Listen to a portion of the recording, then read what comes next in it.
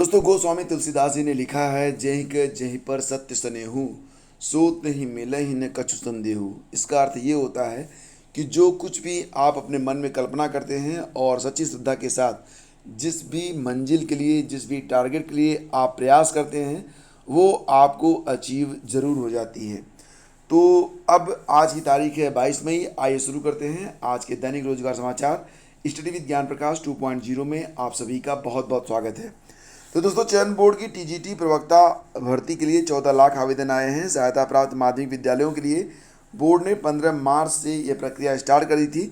कुल मिला के देखा जाए तो टीजीटी और प्रवक्ता के लिए जो पदों की संख्या थी वो अलग अलग है। और यहाँ पर अगर देखेंगे आप तो टीजीटी के लिए कुल 12,603 पद हैं और इसी के साथ पीजीटी के लिए कुल 2595 पदों पर यह भर्ती की जा रही है। एग्ज़ाम डेट अभी डिक्लेयर नहीं किया गया है और जैसा कि आपको पता है कि 4 बार इसके लिए जो आवेदन की लास्ट डेट है वो एक्सटेंड की गई थी।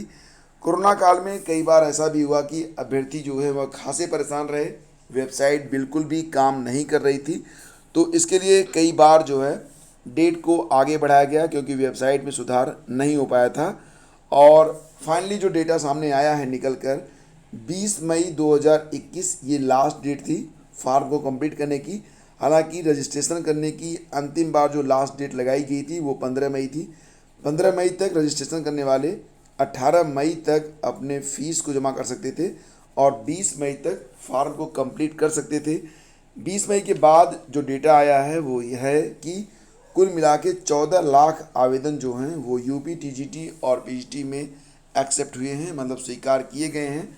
तो इस प्रकार से कुल 14 लाख अभ्यर्थी इस बार की परीक्षा में बैठेंगे। दोस्तों आपको बता दें कि 2016 के बाद फिर जाकर 2021 में यूपी टीजीटी और पीजीटी के लिए यह जो वैकेंसी है वो आई थी। लगभग 5 साल का गैप रहा बीच में। हालांकि इसमें ओवर एज होने जैसी कोई समस्या नहीं होती है। यूपी टीजीटी और पीजीटी में कोई भी अंतिम उम्र सीमा निर्धारित नहीं की जाती है। तो दोस्तों यहाँ पर अभी इसकी एग्ज़ाम डेट नहीं लगाई गई है। अभ्यर्थी चाह रहे हैं कि इसकी परीक्षा भी समय से हो जाए, लेकिन फ़िलहाल लग रहा है कि परीक्षा जो होगी वो जुलाई के बाद हो सकती है। तो मुश्किल है अगस्त में भी होना। अब ये परीक्षा मुझे लग रहा है कि सितंबर अक्टूबर में जाकर हो पाएगी। आगे बढ़ते हैं और आपको बता दें कि विश्वविद्यालयों में शिक्षक भर्ती के लिए अब लिखित परीक्षा होगी।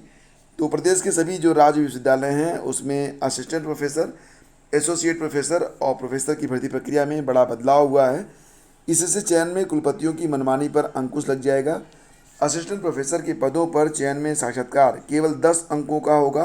पहली बार 20 अंकों की लिखित परीक्षा का भी प्रावधान किया गया है। चयन समिति के सामने पावर पॉइंट प्रेजेंटेशन पर 20 अंक तय किए गए हैं। राज्य विश्वविद्यालयों की कुलपति व राज्यपाल आनंदीबेन पटेल ने इस संबंध में आदेश को जारी कर दिया है। चयन में पारदर्शिता के लिए यह बदलाव किया गया है। पूर्व में आवेदन करने वाले सभी अर्ह अभ्यर्थियों को साक्षात्कार में बुलाया जाता था और साक्षात्कार के माध्यम से ये पूरी प्रक्रिया कंप्लीट होती थी, लेकिन अब ऐसा नहीं होगा। अब 20 अंकों का जो है एक लिखित परीक्षा और 20 अंकों का पावर पॉइंट प्रेजेंटेशन भी होगा। तो कुल मिला के आप देखेंगे तो जो इंटरव्यू है वो अब मात्र 10 अंकों का ही बचा हुआ है। और दोस्तों यहाँ पर एपीएस भर्ती के बारे में बात करें तो 2013 की भर्ती का अभी तक कुछ अता पता नहीं है। अभ्यर्थी मांग कर रहे हैं कि 250 पदों पर जो एपीएस के अध्याचन प्राप्त हुए हैं उस पर भर्ती को आगे बढ़ाया जाए।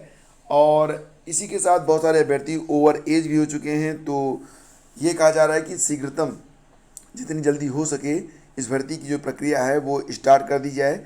2020 में आयोग को एपीएस के करीब 250 पदों का अध्याचन मिल गया था, पर 2021 के परीक्षा कैलेंडर में एपीएस भर्ती को जगह नहीं दी गई थी। तो अब जो यूपीपीएससी के नए अध्यक्ष आए हैं उनसे अभ्यर्थी मिल रहे हैं और एपीएस भर्ती को आगे बढ़ाने की मांग भी कर रहे हैं। दोस्तों अगर आपसे बात करें तो यहाँ पर कोरोना संक्रमण की वजह से उत्तर प्रदेश लोक सेवा आयोग ने अप्रैल से जून तक की भर्ती परीक्षाएं स्थगित कर दी हैं। अब प्रदेश में संक्रमण जो है वो नियंत्रित होने लगा है। उम्मीद है कि जुलाई से पहले कोरोना कर्फ्यू भी खत्म हो सकता है। ऐसा होने पर जुलाई से दिसंबर महीने तक यूपीपीएससी को 13 परीक्षाएं कराकर अविलंब उसका रिजल्ट जारी करने की चुनौती रहेगी। अब देखिए जो प्री परीक्षाएं टल गई हैं उसकी जो मेंस परीक्षा होगी वो समय से होना अब मुश्किल ही नहीं नामुमकिन मान के चलो। तो अब सारा जो शेड्यूल होगा उसके लिए एक नए कैलेंडर की दरकार होगी। अब नया कैलेंडर आएगा, उसके बाद ही ये प्रक्रियाएं आगे बढ़ पाएंगी। और साथ ही साथ निश्चित रूप से बहुत समय के बाद यूपीपीएससी का एक जो पैटर्न बना था कि सही समय परीक्षाएं हो रही थी, तो अब वो दोबारा से इस कोरोना संक्रमण की वजह से पटरी से उतरती लग रही है। लेकिन फिलहाल आगे चलकर स्थितियां सामान्य होंगी तो परीक्षाएं भी तेज गति से करवा कर यूपीपीएससी इसकी रिकवरी कर सकता है। फिलहाल अगर बात करें तो कुल मिला के 16 परीक्षाएं प्रस्तावित हैं 2021 के कैलेंडर में, लेकिन अब तक सिर्फ 3 परीक्षाएं हुई हैं। अप्रैल से जून तक की 5 परीक्षाओं को स्थगित किया गया है। स्थगित परीक्षाओं में आप जानते हैं प्रवक्ता राजकीय डिग्री कॉलेज परीक्षा थी, प्रधानाचार्य उप प्रधानाचार्य सहायक निदेशक की परीक्षा थी। इसके अलावा यूपीपीसीएस 2021 की प्रारंभिक परीक्षा और राजकीय इंटर कॉलेज यानी जीआईसी प्रवक्ता की जो परीक्षा थी, ये परीक्षाएं जो थी वो स्थगित की गई थी। अब निश्चित रूप से ये जो परीक्षाएं हैं जो स्थगित हुई, इसके लिए अब जो मुख्य परीक्षा होगी उसकी डेट्स भी आगे बढ़ानी होगी। और लेकिन एक बात और भी है कि कोरोना संक्रमण के इस दौर में जो अभ्यर्थी सीरियसली तैयारी कर रहे हैं उनके लिए एक अच्छा समय है ये।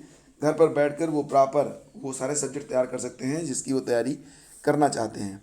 तो दोस्तों आज के वीडियो में बस इतना ही। शीघ्र मिलेंगे आपसे एक नए वीडियो में। चैनल को अगर आपने अभी तक सब्सक्राइब नहीं किया है तो सब्सक्राइब कर लीजिएगा, बेल आइकन को प्रेस कर दीजिएगा। तो आप सभी को इस चैनल को विजिट करने के लिए बहुत बहुत धन्यवाद। Have a great day. जय हिंद।